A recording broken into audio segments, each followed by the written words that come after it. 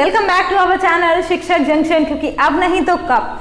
This is Ayushi Agrawal and we are studying our course on the biotech. ठीक, आज हम अपना फर्स्ट चैप्टर हमारा कंप्लीट हो चुका है।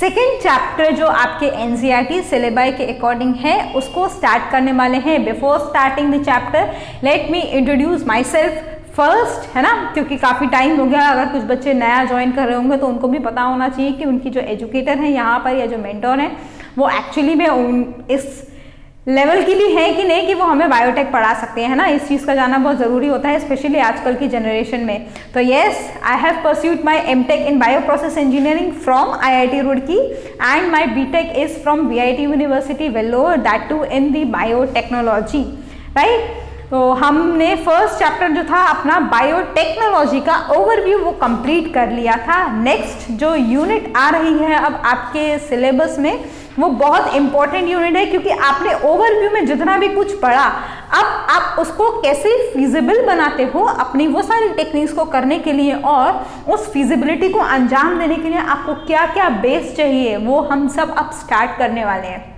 ठीक है, अभी अभी हमने बड़ी बड़ी चीज़ें जो देखी उसके नीचे कितना मटेरियल लगता है, क्या क्या स्टडीज़ की ज़रूरत पड़ेगी, वो आप एक एक यूनिट के थ्रू स्टडी करते जाओगे। और इस यूनिट में जो आपका फर्स्ट चैप्टर है that is the cellular organelles.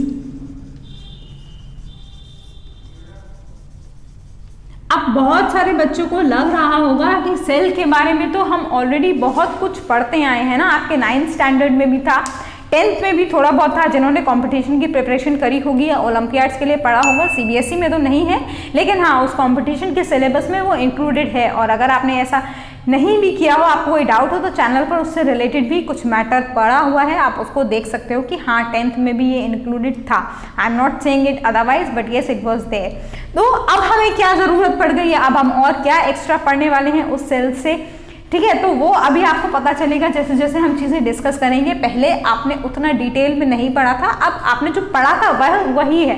Plasma membrane भी वही है, सेल ऑर्गेनेलीज भी वही है, nucleus, ribosome, lysosome, Golgi, ER सब वही है। बस डिफरेंस कहाँ पे आएगा, डिफरेंस आएगा उसकी डिटेलिंग्स पर। और वो डिटेलिंग्स आपको कैसे मदद करने वाली है वो अभी मैं आपको थोड़ा सा बताती हूँ, क्योंकि अनलेस एंड अनटिल हमें उसके फायदे पता होंगे हम वो पढ़ने में इंटरेस्टेड नहीं होंगे। तो आपको बायोटेक में उससे फायदा कैसे मिलने वाला है वो मैं पहले बता देती हूँ। देखो जरा, एक एग्जाम्पल लेके बस मैं क्लियर करूंगी, बाकी एग्जाम्पल्स जब हम चैप्टर के थ्रू जाएंगे तब देखेंगे कि कैसे कैसे होता है। देखो, हेल्थ केयर इंडस्ट्री का ही एग्जाम्पल लेते हैं, ठीक है।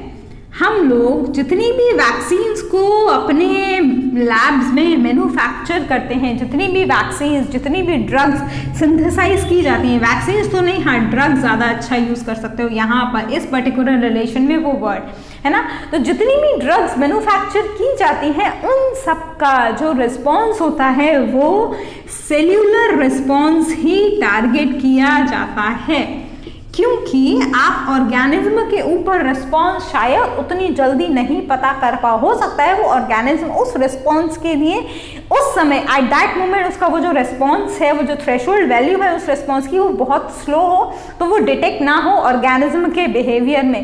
लेकिन सेल्यूलर लेवल पर जाकर उसका जो रिस्पॉन्स है वो डिटेक्ट किया जा सकता है, और उसको पता करने के लिए आपको एक नॉर्मल सेल, उसकी फंक्शनिंग और उसके सारे के सारे पार्ट्स पता होने चाहिए, तभी आप उसकी जो इन ड्रग्स की वजह से इफेक्ट हो रहा है, उसमें जो चेंज हो रहा है वो डिटेक्ट कर पाओगे, ठीक है। तो इसी के लिए हम ये अपना पूरा चैप्टर स्टडी करने वाले हैं, that is the cellular organelles, right. सबसे पहले आपने जो भी अभी तक पढ़ा है मैं उसी का ओवरव्यू दूंगी हमारे इस लेक्चर में, उसके बाद से जो डिटेलिंग्स है वो स्टार्ट करेंगे, ताकि आपका सारा कुछ रिकैप हो जाए जो अभी तक आप पढ़ के आ चुके हो, और अगर कुछ भूल गए हो तो वो भी हम उसको देख पाएँ, ठीक है। चलो, सबसे पहली लाइन जो फेवरेट होती है और जो सेल चैप्टर में आपने पढ़ी होगी वो होगी, cell is the basic structural and functional unit of life. और जैसे आप आगे बढ़े होगे वहां पर एक हेरिडिटी भी आगे से एकदम से घुस गया होगा कि cell is the basic structural functional and heredity unit of life. अब थोड़ा उसको अलग तरीके से पढ़ते हैं, ये तो हम अपने 9th और 10th में पढ़ के आ चुके हैं, अब उसको थोड़ा अलग तरीके से पढ़ेंगे। देखो, हमारी बॉडी के अंदर बहुत सारे लाइफ प्रोसेसेस एक साथ कैरी होते हैं। I think you all agree with this point, है ना। ब्रीदिंग है, डाइजेशन है, सर्कुलेशन है, रिप्रोडक्शन है, ये सारी की सारी, इसके अलावा और बहुत सारे हैं, एक्सक्रीशन है, ये सारे लाइफ प्रोसेसेस हमारी बॉडी में एक साथ चलते हैं। और इन सब को एक साथ चलाने का काम कौन करता है? हमारे सेल्स। और इनफैक्ट इन सेल के अंदर प्रेजेंट वो ऑर्गेनेलीज, क्योंकि उन ऑर्गेनेलीज में प्रेजेंट हैं वो डिफाइंड फंक्शन, जिसकी वजह से अलग अलग ऑर्गन्स के हिसाब से वो स्पेसिफाइड हो गए हैं। देखो, सेल का जो एक नॉर्मल स्ट्रक्चर आपने तब पढ़ा था वही है ना। हर एक सेल में यहाँ न्यूक्लियस भी प्रेजेंट होगा।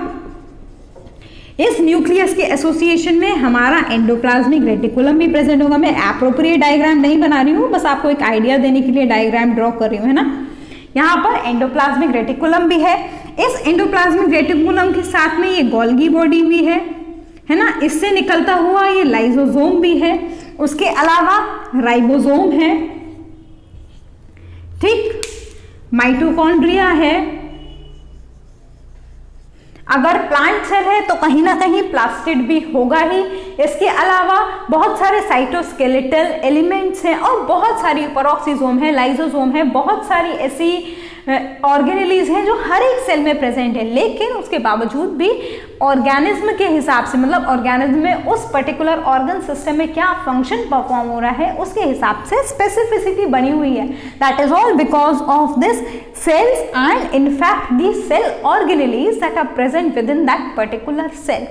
ठीक, अब इसको हमने cell is the basic unit of life क्यों बोला? देखो, सेल थ्योरी में जो स्क्लीटन और स्क्वान ने सेल थ्योरी दी थी, बहुत पॉपुलर सेल थ्योरी है, आपने अपने लोअर स्टैंडर्ड्स में उसको याद भी किया होगा और शायद किसी आपके स्कूल के एग्जाम में वो पूछी भी गई हो आपसे, क्योंकि ये क्वेश्चन बनाते ही हैं टीचर्स यूजुअली, है ना। जब फर्स्ट टेस्ट होता है उस चैप्टर का तो ये क्वेश्चन आता है ताकि आपको याद हो जाए। तो वहां पर आपने यही लाइन पढ़ी है, cell is the basic unit of life. अब वो बेसिक यूनिट कैसे हो गई? देखो जरा, हमारे जो मतलब हम जो ऑर्गेनिजम्स हैं उनको हम दो तरीके से क्लासीफाई कर पाते हैं, है ना। कैसे? यूकैरियोटिक, सॉरी यहां पर ये यूकैरियोटिक और प्रोकैरियोटिक बाद में आएगा। पहले थोड़ा ब्रॉड टर्मिनोलॉजी डिस्कस करते हैं। यूकैरियोटिक और प्रोकैरियोटिक आएगा, लेकिन इस पॉइंट के बाद कौन सा पहले आएगा? यूनिसेल्यूलर और मल्टी सेल्यूलर, है ना। अभी हम जो बात कर रहे थे वो कर रहे थे मल्टी सेल्यूलर ऑर्गेनिज्म की, कि बहुत सारे ऑर्गन सिस्टम्स होंगे और हर एक ऑर्गन सिस्टम में फंक्शन परफॉर्म करने के लिए वो पर्टिकुलर ऑर्गेनेली स्पेसिफाइड होगी। जैसे कि रेस्पिरेशन में अगर एरोबिक रेस्पिरेशन हो रहा है तो माइटोकॉन्ड्रिया ज़्यादा स्पेसिफिक होंगी उस पर्टिकुलर के लिए, क्योंकि वहाँ पर एनर्जी का प्रोडक्शन होना है। अब अगर हम इन यूनिसेल्यूलर ऑर्गेनिजम्स की बात करें, एक ही सेल है, यूनि है मतलब एक ही सेल है, लेकिन उसके बावजूद भी हमारी लाइफ को सस्टेन करने के लिए जितनी भी एक्टिविटीज चाहिए वो सारी की सारी उस सेल के अंदर हो रही हैं।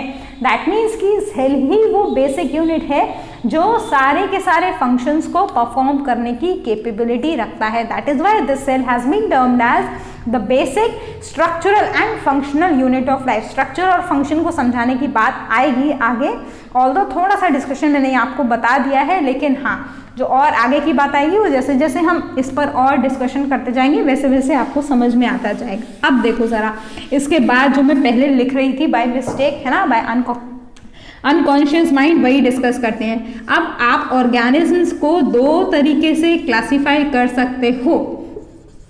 On the basis of what?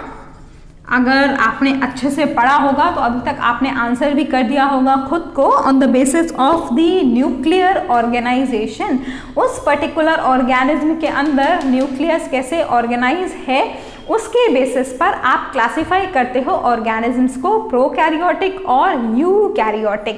ठीक, प्रोकैरियोटिक में प्रिमिटिव न्यूक्लियस है, ये आपने पढ़ा होगा और कहीं कहीं पर शायद आपको कंफ्यूजन हुआ होगा, क्योंकि जब मैंने लाइव क्लासेस ली थी उस पर्टिकुलर क्लास की तब उन्हें कंफ्यूजन हुआ था कि प्रिमिटिव न्यूक्लियस का मतलब होता क्या है। न्यूक्लियस है तो है, प्रिमिटिव का मतलब क्या हुआ? प्रिमिटिव का मतलब हुआ कि इस पर्टिकुलर ऑर्गेनिज्म में न्यूक्लियस जो है वो वेल डिफाइंड मेम्ब्रेन से सराउंडेड नहीं है। ठीक है, न्यूक्लियस तो ऑब्वियसली प्रेजेंट होना ही होना है, क्योंकि न्यूक्लियस होता है सेल का brain. Without nucleus cell can not perform any function, but the condition is this nucleus is not well organised और it is not bounded by a well defined membrane. That is why this nucleus is termed as nucleoid. अब ये nucleoid और nucleolus में भी बहुत confusion होता है, और आई थिंक कि अगर किसी ने अच्छे से नहीं समझा होगा अपने जूनियर स्टैंडर्ड्स में तो आज भी वो कंफ्यूजन बरकरार होगा।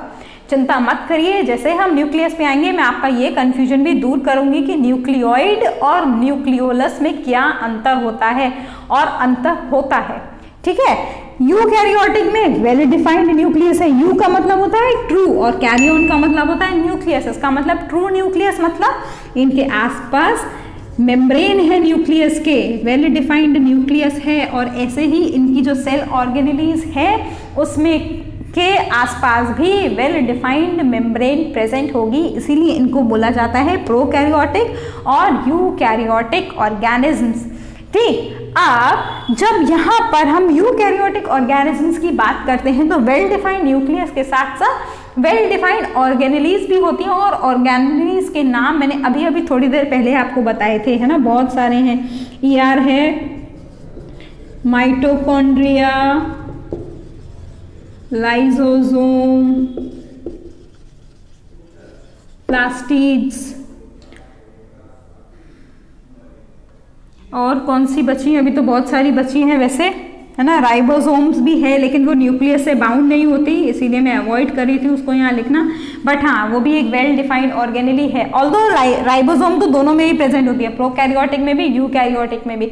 कुछ ऐसी ऑर्गेनेलीज हैं जो नहीं होगी, गोल्गी लिखना भूल गए हम, देखो, है ना। तो ऐसी बहुत सारी ऑर्गेनेलीज हैं, और इन सारी ऑर्गेनेलीज का जो डिफरेंस है इस प्रोकैरियोटिक से, वो डिफरेंस ये है कि इन सब के पास में एक मेम्ब्रेन प्रेजेंट होती है। राइबोसोम को इसके केस में छोड़ दो कि उसके पास मेम्ब्रेन होती है, राइबोसोम एक ऐसी ऑर्गेनेली है जो मेम्ब्रेन बाउंड नहीं होती, ठीक है। तो all these organelles are surrounded by a membrane. मैं बार बार मेम्ब्रेन इसीलिए बोल रही हूँ आपको because this is the first organelle that we will continue in our next lecture. लेकिन हाँ, उससे पहले आपको बस एक बात और पता होना चाहिए मेम्ब्रेन के बारे में, कि ये जो हमारी मेम्ब्रेन है ना वो बहुत इंपॉर्टेंट रोल प्ले करती है, और वो इंपॉर्टेंट रोल जो है वो ये है कि अच्छा एज्यूम करो कि आप कुछ भी बाहर से सामान ला रहे हो, मान लो कोई लिक्विड ला रहे हो, कोई जूस ला रहे हो बाजार से, ठीक है, मार्केट से परचेज करके ला रहे हो, तो अगर उसको जो लिक्विड पार्ट है उसको आपने किसी के अंदर कंटेन नहीं किया तो क्या आप उसको ला सकते हो, या फिर क्या आप उसको बाहर के एनवायरनमेंट से सेपरेट कर सकते हो? ऑब्वियसली आपका आंसर होगा नहीं। तो हमारा जो सेल है उसके अंदर भी एक लिक्विड सब्सटेंस प्रेजेंट होता है जिसको हम बोलते हैं साइटोप्लाज्म, ठीक है। बस देखो मैंने आपको बताया था हमें पता है, लेकिन हमें शुरुआत में ना अपना नाक और कान घुमा के पकड़ना है, सीधे सीधे नहीं पकड़ना।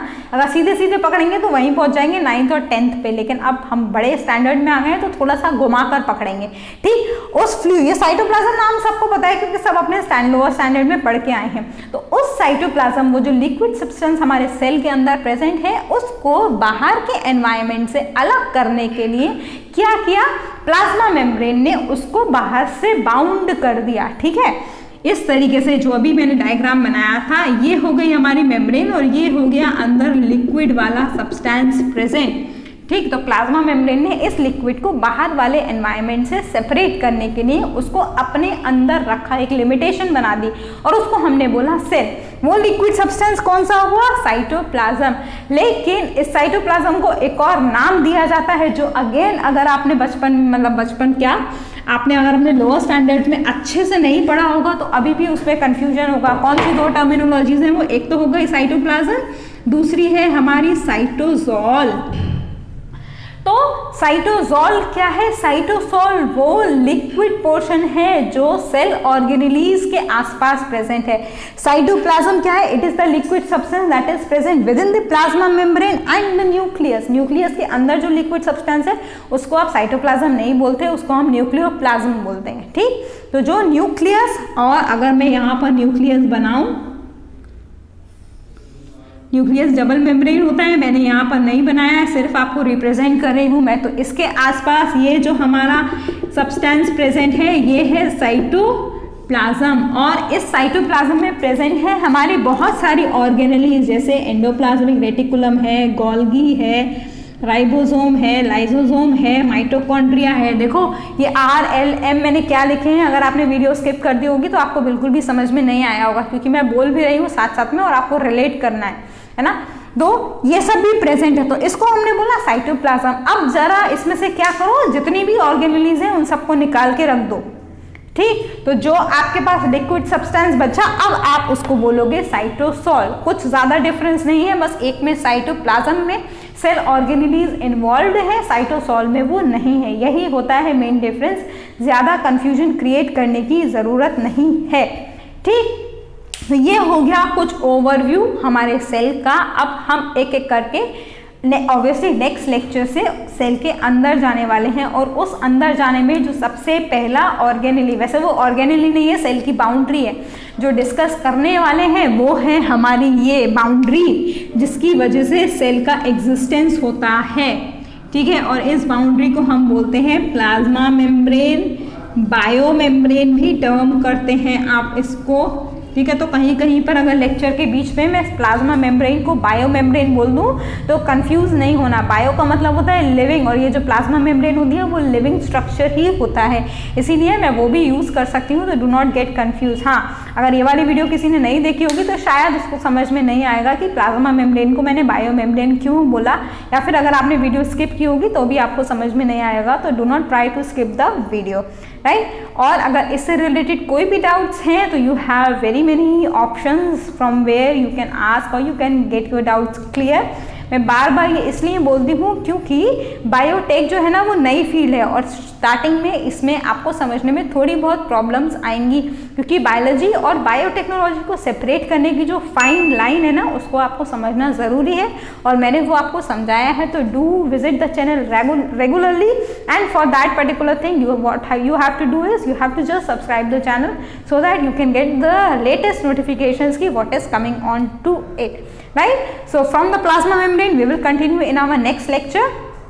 Till then, stay safe, have a good day, bye bye, thank you.